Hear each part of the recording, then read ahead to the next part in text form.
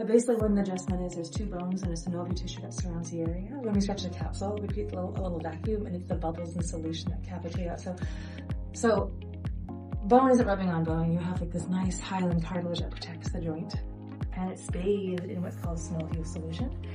And so the muscles that are attached around the joint, they're attached via a tendon, where the muscle attaches. And sometimes if those muscles are super tight, it can create a little vacuum, and it's like ready to like be popped or adjusted.